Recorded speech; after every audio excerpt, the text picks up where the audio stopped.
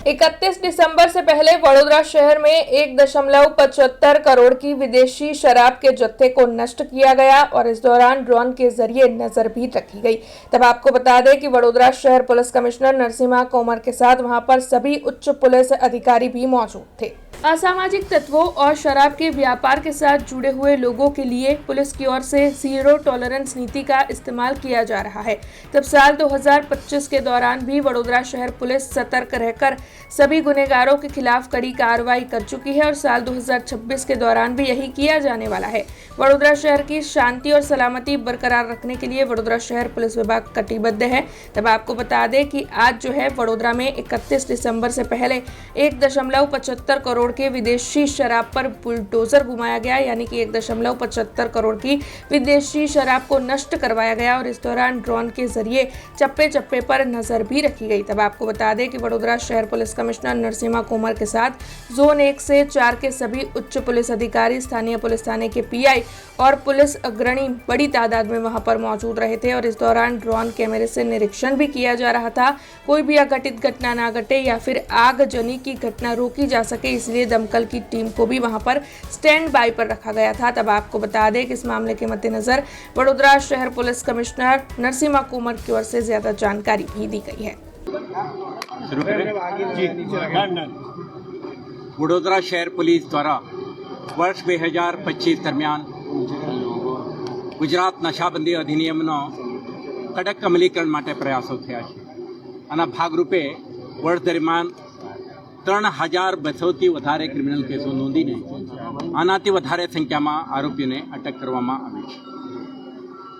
જે દેશી કે ભારતીય બનાવટની વિદેશી દારૂના ઉત્પાદન, સંગ્રહ, હેરાફેરી, વેચાણ કે કન્ઝમ્પશન કરતા જે ઇસમો છે, આવા ઇસમો વિરુદ્ધ કડક કાર્યવાહી કરીને એમના પાસેથી અવૈધ જથ્થા કબજા કરીને પોલીસ સ્ટેશન દ્વારા કાર્યવાહી કરવામાં આવી છે।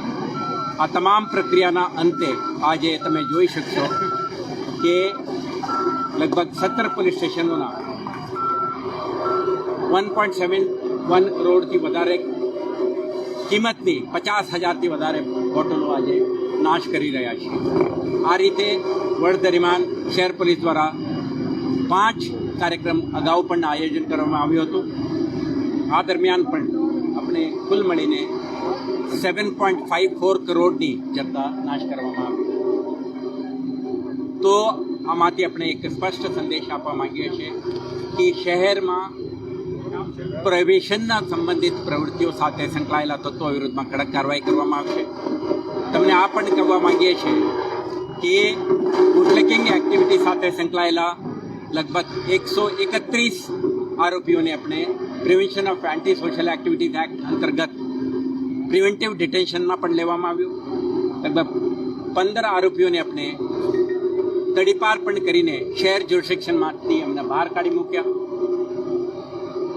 અને કેટલાક ઇસમો પાસેથી કલમ 93 ગુજરાત પ્રોહિબિશન એક્ટ 1949 અંતર્ગત જે જામીન લેવામાં આવ્યો હતો આના ભંગ કરનારા આરોપીઓ વિરુદ્ધમાં લગભગ 200 આરોપીઓ વિરુદ્ધમાં કાર્યવાહી કરીને એમના પાસેથી 5,50,000થી વધારે દંડ પણ વસૂલ કરવામાં આવ્યો છે। हमसे जुड़े रहने के लिए हमारे YouTube चैनल को सब्सक्राइब करें और नई वीडियो की नोटिफिकेशन के लिए बेल आइकॉन को दबाएं।